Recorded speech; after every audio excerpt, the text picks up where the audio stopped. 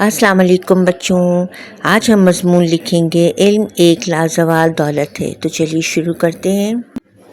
علم کی روشنی سے دلوں کو جلا دو، جہالت کے اندھیروں کو دور بھگا دو۔ علم ایسا قیمتی خزانہ ہے جو نہ چور چرا سکتا ہے اور نہ ہی وہ استعمال کرنے سے کم ہوتا ہے۔ علم بہت بڑی دولت ہے۔ دنیا میں جتنی نعمتیں ہیں، علم کی اہمیت ان سب سے زیادہ ہے۔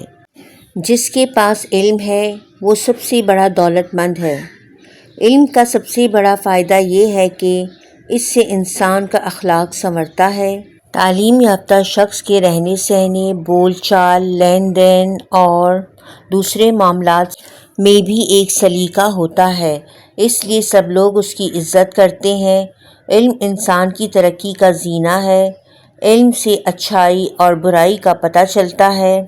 آج ہمیں دنیا میں جتنی ترقی نظر آ رہی ہے، جو نئی نئی چیزیں ایجاد ہو رہی ہیں، ہماری زندگی جتنی آرام دہ ہو گئی ہے، یہ سب علم کی بدولت ہے۔ ہمیں چاہیے کہ زیادہ سے زیادہ علم حاصل کریں اور علم پھیلانے کی کوشش کریں تاکہ زیادہ سے زیادہ لوگ علم کی دولت حاصل کر سکیں۔ نبی کریم صلی اللہ علیہ وسلم نے فرمایا، علم حاصل کرنا ہر مسلمان مرد اور عورت پر فرض ہے۔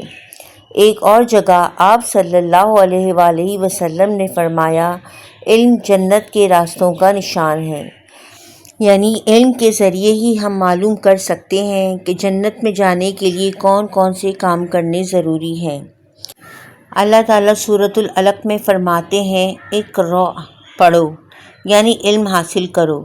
لہٰذا ان آیات اور احادیث کے ذریعے ہمیں معلوم ہوا کہ اللہ اور اس کے رسول صلی اللہ علیہ وآلہ وسلم نے ہمیں علم حاصل کرنے کی کس قدر تاکید کی ہے۔ شکریہ۔